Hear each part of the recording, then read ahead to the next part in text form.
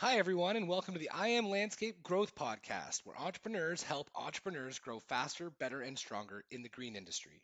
From leadership to sales to recruiting and operational excellence, we cover the topics holding entrepreneurs back and share how to get past those bottlenecks with the best in the industry. I'm your host, Rob Murray, co founder and CEO of Intrigue, a digital marketing company focused on helping landscape companies grow. So sit back and enjoy the show.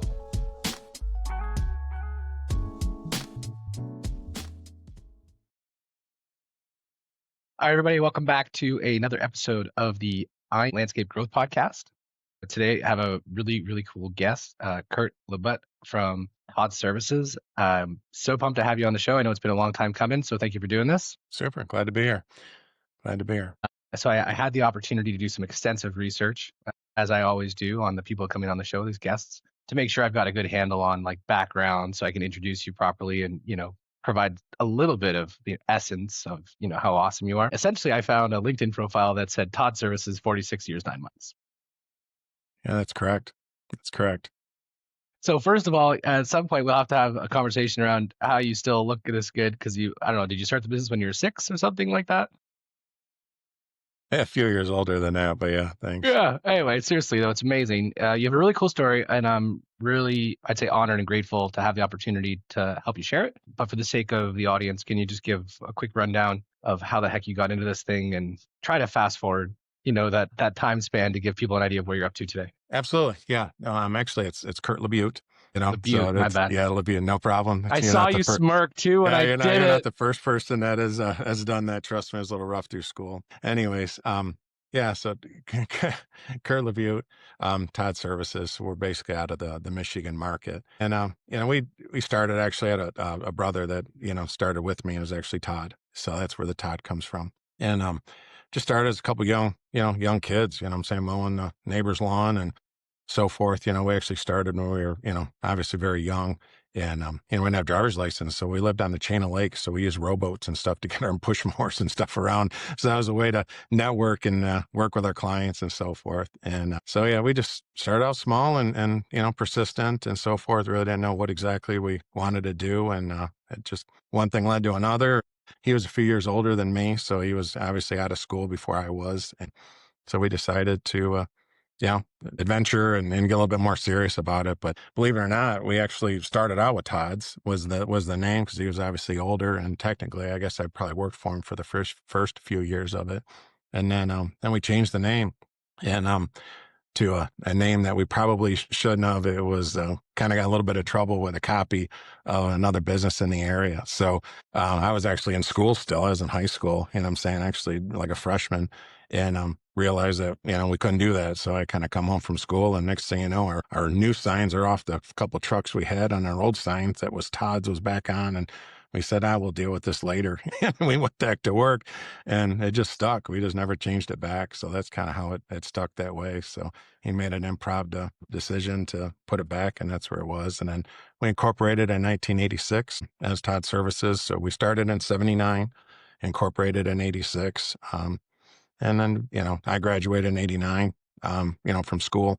So, and we just kind of, one thing led to another, and just kind of grew and expanded and so forth. Really didn't have a great direction other than we, like to work hard and try to make a few bucks. And, kind of one thing led to another and led to another, kind of very similar to probably a lot of your listeners do. It's like not everyone, went to college and did all this and had this big fancy career. They just kind of fell into it, whether it be a second generation or started it from scratch, and, it just kind of stuck and grew into something. So that's kind of what we did. We just built it and grew and added trucks and bought things, made mistakes, did a couple things right, made mistakes, did a couple more things right, made mistakes, just like a lot of people. And I don't mean, honestly, you ask how we got here. And I know it's a lot of years, a lot of great people and a lot of staff to do it. But honestly, I can't believe it's been that many years, to be honest with you. I hear that 40 or whatever, we're 50 years and 70 and 29.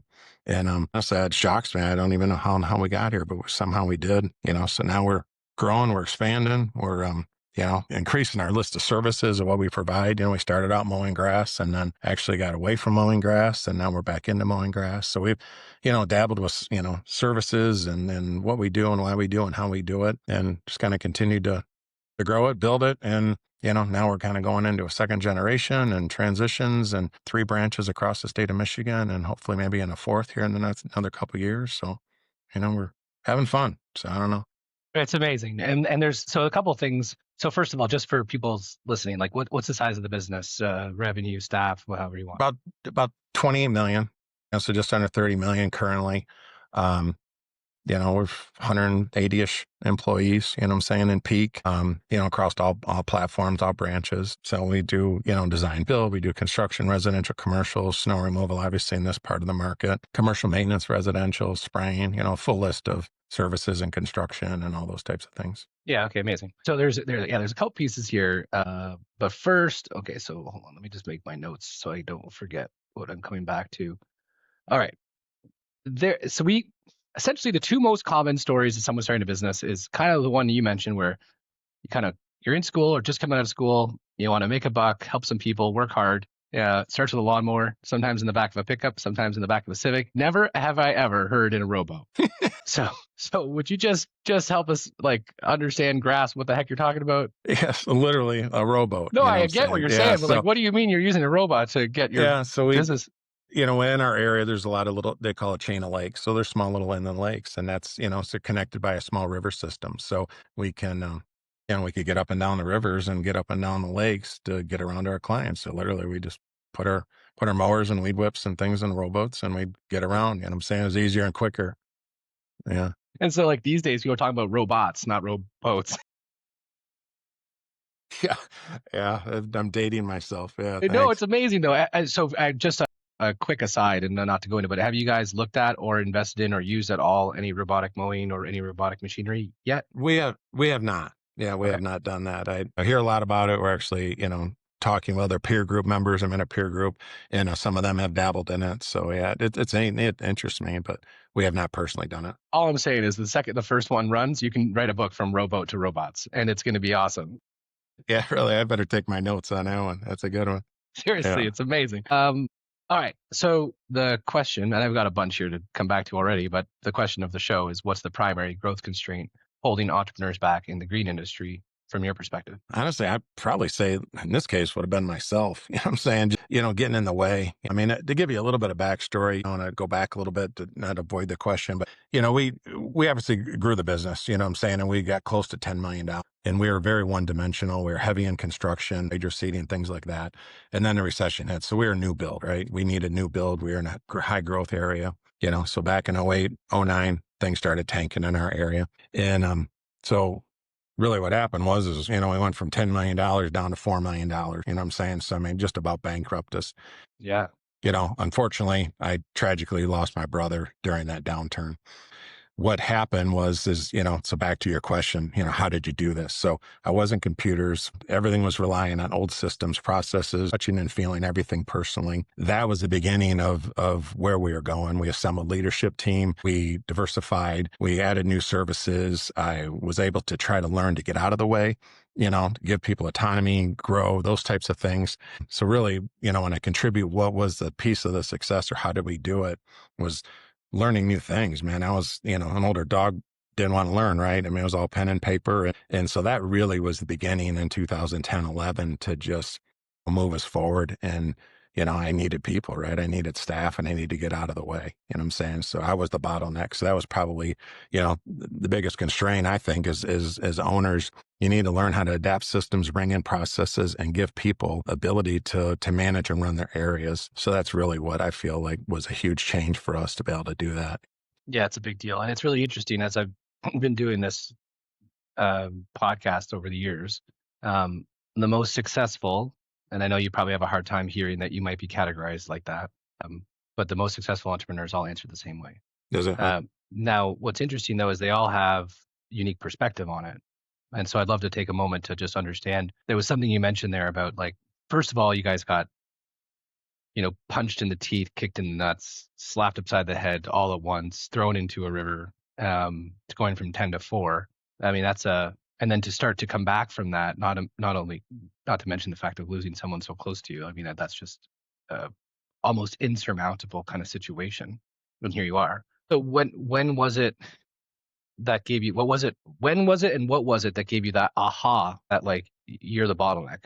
And if everything keeps flowing through Kurt, it's not going to go well. Probably, on the way, on the regrowth, I had no time. I had nothing, you know what I'm saying? Everything, I set it up to where I needed to know everything, but then I realized that I had zero free time.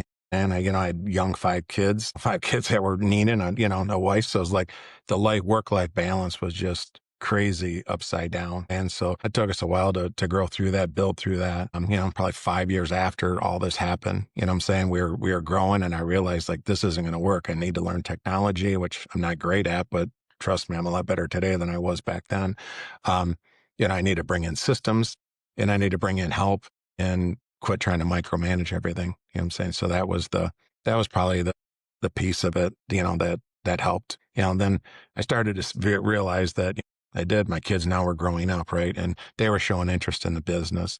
So from that point on, I guess we were talking and discussing about going on to a second generation. So that at that point was very much a goal, was to go on to the second generation. So it started to, allow you to just take different paths and learn, from whatever we're doing, marketing, all these different things, you know what I'm saying? It was just changing so fast. And so that's, yeah, I don't know if I'm answering your question, but that's kind of what comes to mind. Well, for sure. And I mean, a couple of things that to kind of tease out of that, one of them was, I had to learn, and I'm a lot better at technology today than I was before. And you mentioned earlier, like old dog didn't want to learn new tricks. So it seemed like at some point you made a choice essentially that learning was necessary, whether you wanted to do it or not. You knew you had to. Absolutely, yeah. And we, started reading books and watching, back then it wasn't podcasts, but you started watching videos or CDs or whatever it is, anything to try to up your scales of business and learn things. I guess in late 12, early 13, I joined a peer group. So that was probably a big piece of some of our growth. I got to admit, I wasn't, we didn't know numbers. We didn't follow all the, the margins and costs and all the different things of what we do and why we do it. So, that was just a real eye opener. So really, I always say kind of got down to my jammies. I kind of forgot what I did know and realized I need to learn everything, and then started letting it all pour through me. That's kind of how we started to grow, is just, forget about what I know, drop the attitudes, I can't be told anything. Probably did more listening than talking. And, it just started to work for us, you know what I'm saying? So it's amazing. Well, I mean, there's a slice of humble pie that was obviously eaten at some point, maybe a couple, where you start saying things like, stop being a place that someone can't tell me what's up, start learning, having it flow through me. That really seems like a big attitudinal shift. Totally. Yeah. Cause I was not I would say a dictatorship. It was like, it was our way or the highway. I'd be honest with you. We were probably. So you're a benevolent dictator. Yeah. And now I feel like I'm very open and very, calm and relaxed. And, I think that really allowed us to grow, because then people felt comfortable, right? They, felt like making a mistake was okay. You know what I'm saying? As long as we're learning from it, make the same one over and over again. And we got a little bit of a problem, right? But it just seemed to work, So and that was more of the mindset, the shift, where everyone's in a learning process around here. And, we're willing to be wrong, right? And so that's what helped. Well, it's seemingly counterintuitive to folks who are trying to will their way to growth. So, we know a lot of folks, and we see this a lot, right? So it's like, we have the opportunity of working with the landscape entrepreneurs at all levels, whether it's just brand new startup, under 500K, million and a half, 3, 5, 10, 20, 50, whatever. And a lot of folks that are like, say 5 or under, are really just like, it's got it, do this thing. And then the people that are like 10 plus are like, oh, it's cool, we'll all do it together. They take time to think about things and hear people out, and they kind of slow down to speed up, and they say these weird like truisms, and they understand them, because I used to hear stuff like that, and I'm like, slow down to speed up, that doesn't make any sense. But then I realized it's like a slingshot. You take the time to understand everything, put context around it, communicate it. You all go farther together. If you want to go fast, go alone. If you want to go far, go together. And so it's almost counterintuitive to the folks that don't see it yet, that like easing up actually provides an environment for growth for others, which then creates an environment of growth for the business. And so I was just wondering if you could help people understand what that transition looks like when you decided, okay, you know what, I'm directing, maybe not dictator, but I'm more of a directive. This is what we're going to do. This is how we're going to do it. okay, go, to a bit more facilitative. If I'm that person that wants to make that transition, what are some of the things that either you did or they might be able to do to get there? Yeah, I would say, share the numbers and share the goal.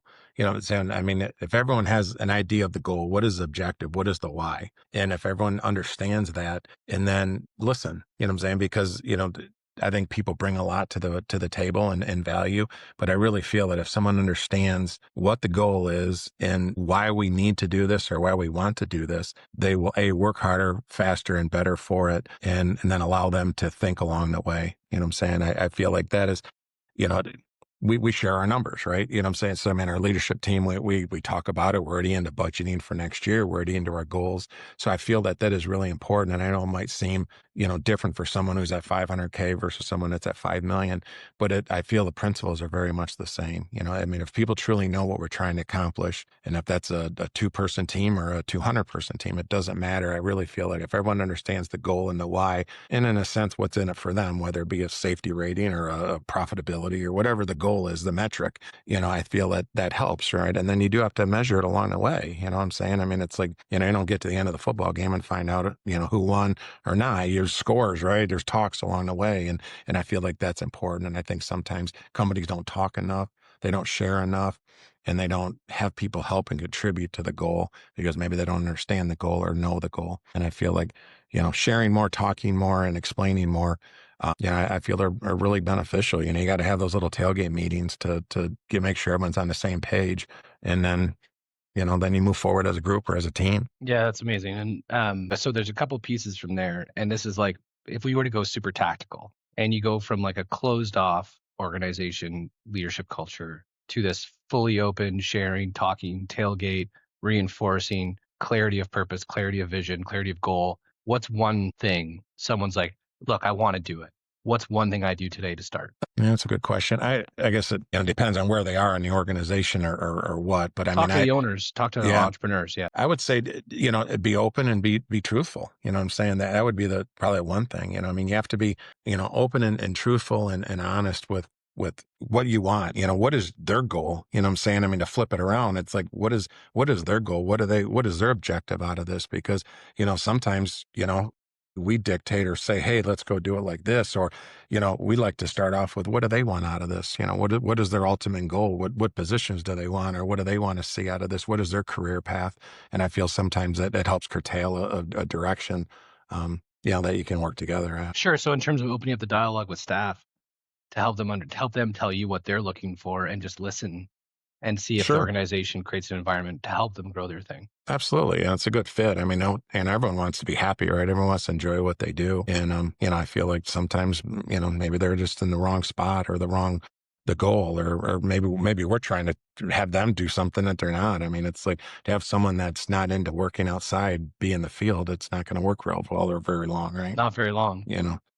And it is funny, you talk about, we have a lot of different people in this company that come with degrees in environmental or business or other things, and they end up doing other things in the company. It's crazy. Like they go to school and they'll come with this degree and what they want. Next thing you know, 5 years later, they're somewhere totally in a different spot of the company doing something totally different than they were educated in.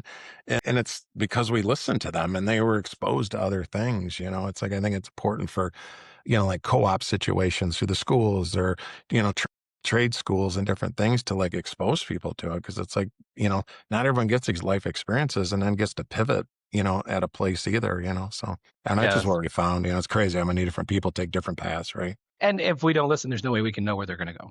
And they might not even have an opportunity to know unless they get an opportunity to think about it. Totally. And as leaders, kind of, I think to your point, we can provide them a platform to start thinking maybe a little bit differently on how they might be able to grow themselves and inside the organization. Absolutely. So if we're talking to the owners and we're saying, okay, be a bit more truthful with what you want and communicate clearly what you're trying to accomplish. I've heard some folks, and by some I mean a lot, they're like, I want a really nice house with a nice boat, and I want my business to be $10 million so I can have a really nice house and a really nice boat. That doesn't usually inspire alignment. So I think it's important people are true to themselves in trying to figure out what they're trying to accomplish.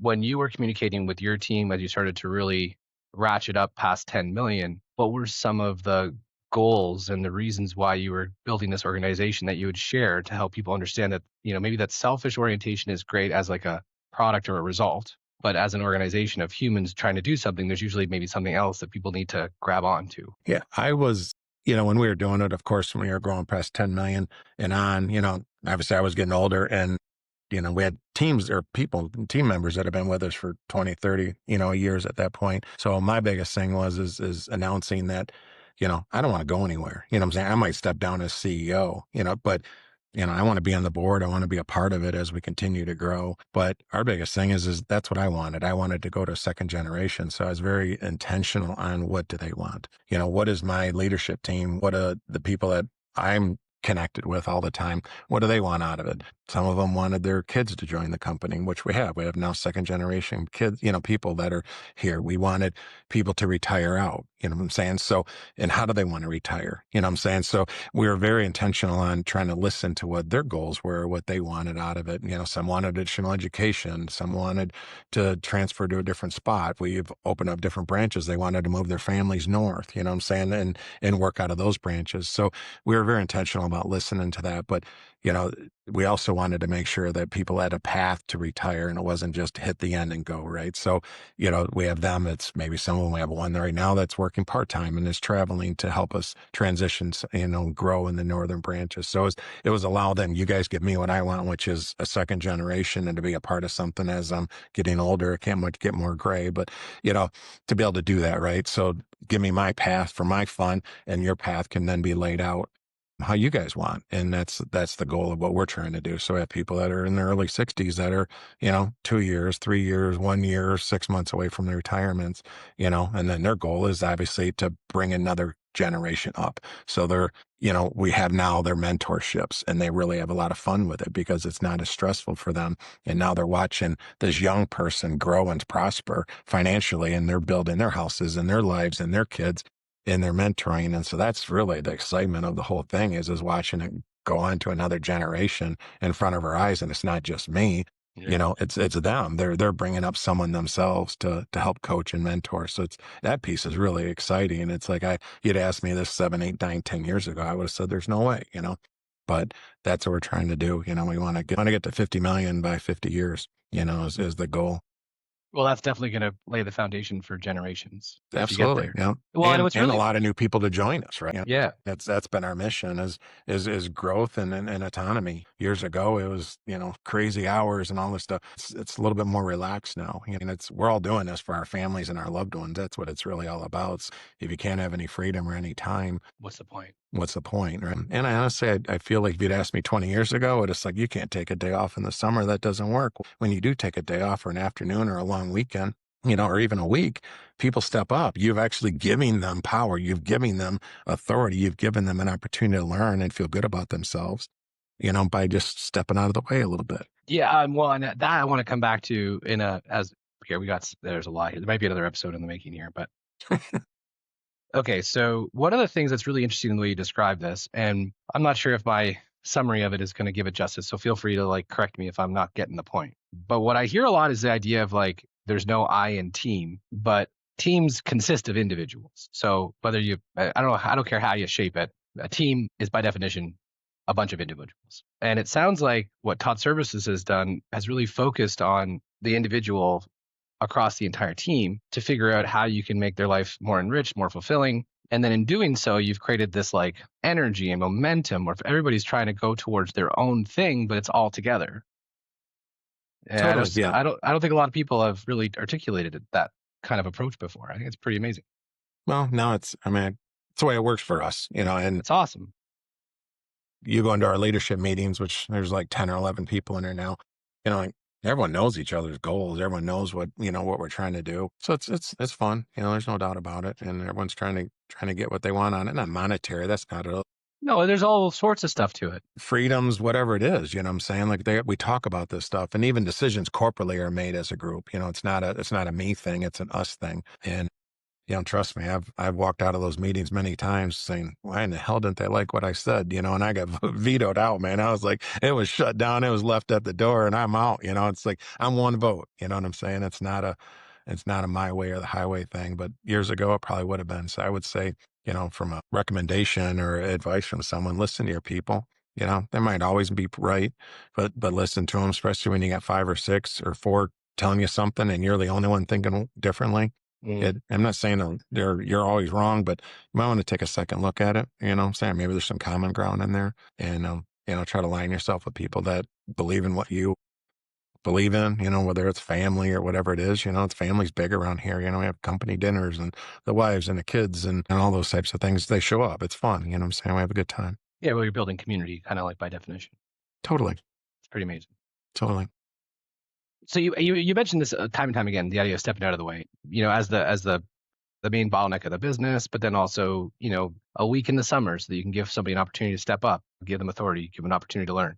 I think if you look at, say, $2.5 million revenue landscape business is probably there's the most of them that I would consider are running a business. It's not just completely dependent on them. They've got people in place. There's still probably maybe 2 involved, but they're building a business. But the idea of stepping away is like a little scary. I know one guy he told me a story, it was a couple weeks ago, and he had planned a ski trip with his wife. I think with Sans kids, this was like a big deal because they're like kids are going to be with grandparents or something to that effect. And 2 days before they were going to fly across the country, huge snowstorm warning came in, and we're talking like 3-4 feet of snow, a couple of snow events like at a time over the course of the next, say, 7-10 business days or 7-10 days.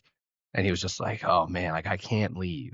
And he got put in this position where it's like, I'm going to go disappoint my wife. I'm going to let down my team. And he felt like he was between a rock and a hard place. Now, I would say he made the right call. He went on the trip.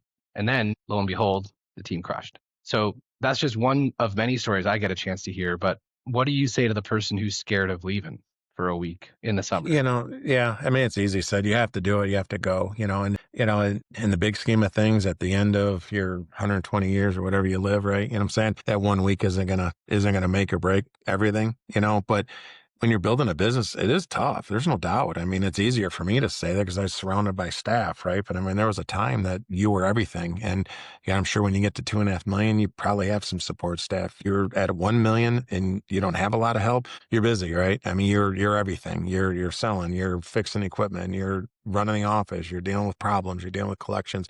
Those are really tough because there's probably sometimes not enough money to hire that person to help you. You know what I'm saying? And if growth is slow or capital is small, where you can't go to that next level quick, it is tough. So I'm not saying you're not going to have times there that it's going to be just a fight, right? You might have a few years in there that it's not fun, but I do also feel like watch your numbers, follow your numbers. You can't manage what you don't measure. So my advice would be is make sure you know what you're doing as far as numbers, get professional help or seek it out. You know what I'm saying? Join a peer group, read something, margins, different things, cost of goods, all those types of things, because to work so hard and then not make the money, that's not worth it either. So at least if you feel like, you have a manage on your numbers, you know where you're going, and at least then you're making money along the way. So at least if you do hit that dog day for a couple of years, it's not forever, right? The problem is, when you keep doing over and over and over and expect a different outcome, right? Instead of what a definition of insanity or something. So it's like,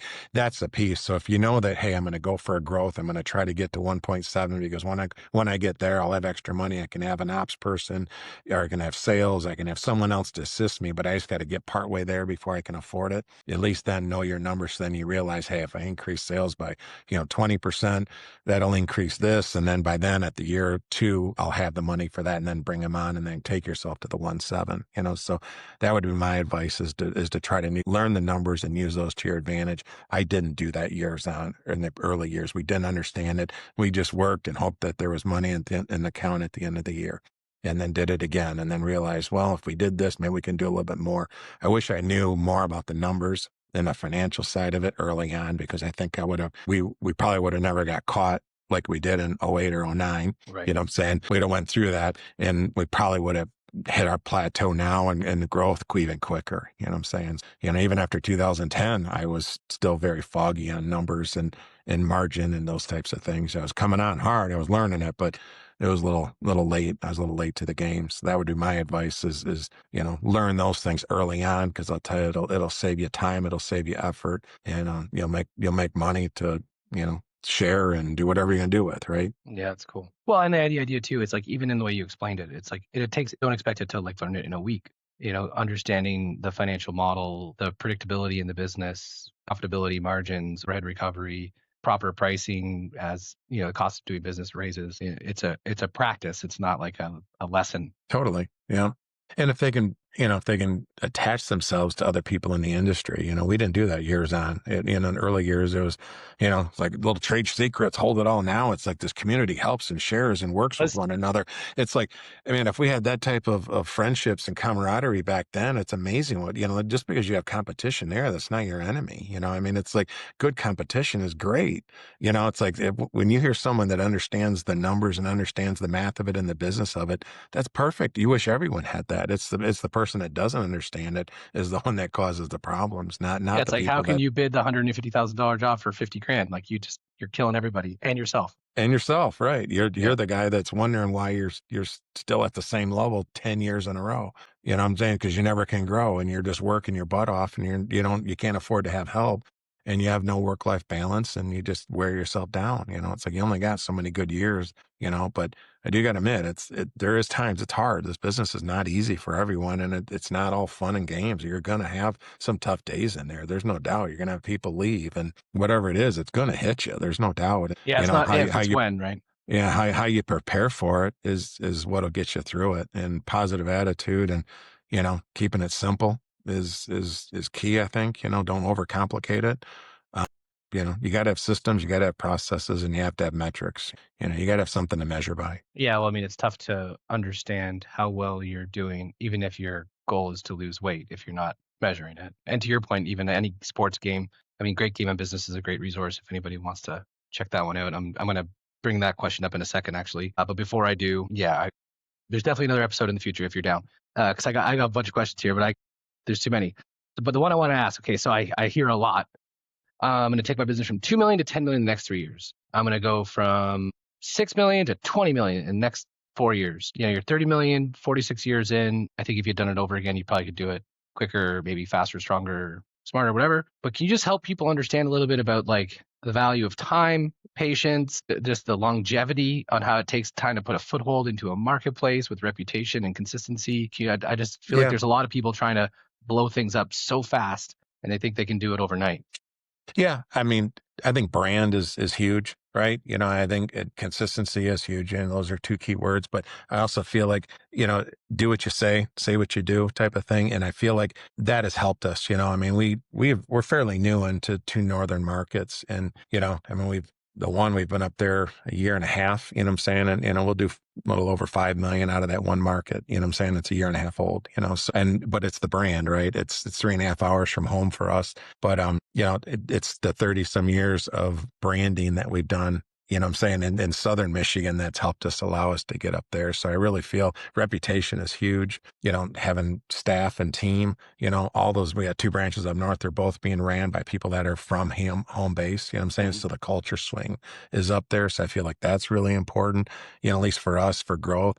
So I would say if you're going to do it, obviously pricing has to be there. You need to be realistic on your goals. Maybe you need an acquisition or something to help you. But again, that takes capital, right? So it's like, how do you invest and do all that and take the gamble? But I really would say you have to follow your dreams, which is one thing. It starts with a vision and it starts with a dream, but it needs to mathematically make sense, so we always start with end in mind. So, if you're trying to get to this, how do you get there? Well, let's see here. I need so many sales. I need so many jobs. I need so many leads. So therefore you better have a marketing plan, right? So how do you get that phone or that email or however you're going to get your leads or referrals or whatever that is? You need to have a plan for that and work it backwards to see if it all math makes sense. You just can't say, hey, I want to hit 20 million. You know what I'm saying? Let's just be ready to go. It's like, you got to figure it out in a way. And if you do that, you better, think, how does that work? From the phone calls to the problems, to the hiring, to the HR, to whatever that is. And even at us, at our size, we bump our heads on that sometimes, it's like, wow, I didn't think of that. Or what if the jobs get smaller? That's what happened to us this year. Our jobs have gotten smaller. So therefore we gotta amp it up, right? You gotta get more leads to get more sales to generate that machine. So you better be ready to make that happen. If not, you're not gonna be able to hit it. Therefore, we would never know if we weren't measuring, what we're trying to manage. Yeah. It's a brilliant perspective too, because if you that's just a great example of a very successful business doing really well. And if you have 1,000 customers and the plan is for all of them to spend 20 grand, but they all end up spending 17.5, if you're not looking at it as you go, the end of the year gets pretty sobering. Absolutely. Well, this has been amazing. Quick draw, Peer Group. You've mentioned it more than once. Please let people understand if they should check it out, where they should look. Yeah, it's actually Jeffrey Scott Consulting. So I've been with him ever since late 12, I think late 12 or early 13. I joined. And it's been great. You know what I'm saying? I mean, it's, like type, size, shape, trees, different thing, so it's really construction of landscape design, build, maintenance, those types of things, exactly what we do. And then he pairs you up with companies, across the country. And it's been great. It's like we have little groups. We get together twice a year. You share financials, stories, good, bad, all the ugly, those types of things. And, kind of, especially with me, I lost a partner, I lost a brother, what I'm saying? So, that was my clique, right? We'd share stories, we'd go through it all. And, it's hard to talk openly sometimes to the people that are, in your staff and so forth to do that. So it was a great time to, get with people, and you're there. You would never pay the money to join. You never spend the time and invest to do it if you weren't trying to grow or get better. So you're aligning yourself with people that are trying to do more, trying to do better, and you have something in common, right? And so they do a good job of matching you up with other companies like you and your personalities and different things. And you're talking, whatever, every 6 weeks or 2 months, and get together in person a couple times, and you get to, go through their facilities and then see what's working and what's not, and those types of things. Yeah, we were just at the summer summit. Yeah.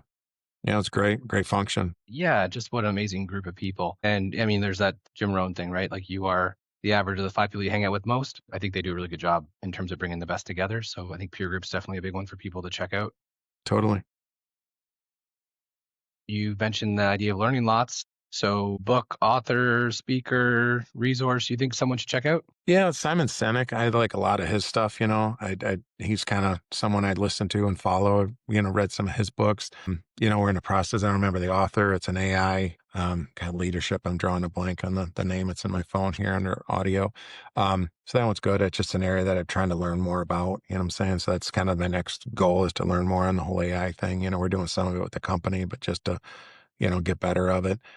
In the groups, they read books all the time. We do 2 or 3, a session or whatever. So, I mean, that's interesting, which I never did in my younger years. I wasn't a fan of it all, so, so I enjoy listening to the books when I'm on the road or traveling and stuff. So it's good. Yeah, So, that's cool. yeah, always trying to learn, what I'm saying? I mean, it's easier said than done, right? But it's like, man, there's so much out there, and it's so easy. Everything's at your fingertips right now. And guess what? It's there for your clients too. So if you think you're not learning, they are. And I'll tell you, you better be ready, because I'll tell you, you get out in front of these clients and these customers, and a lot of times they ask the question, they know the answer. They're trying to test you if you do. So it's not like it was back when I was younger. You had an encyclopedia, or you went to the library to learn something. So if you sounded better about it, you could probably pull your way through it, but you better not try that anymore. You're better off to, I don't know it, I better go look it up or ask someone, because they probably know the answer. Very well-informed customer base. It doesn't matter what industry you're in, really, right? Like, totally. It's amazing. I mean, everything's at your fingertips right now. So, well, Kurt LaButte, you're a beauty. I appreciate you. Yeah, that was awesome. Yeah, we'll put the resources in the summary. Appreciate you listening to another episode of the I Am Landscape Growth Podcast. Kurt, thanks again for doing this, man. I really appreciate you. Super. I appreciate you. Thank you much.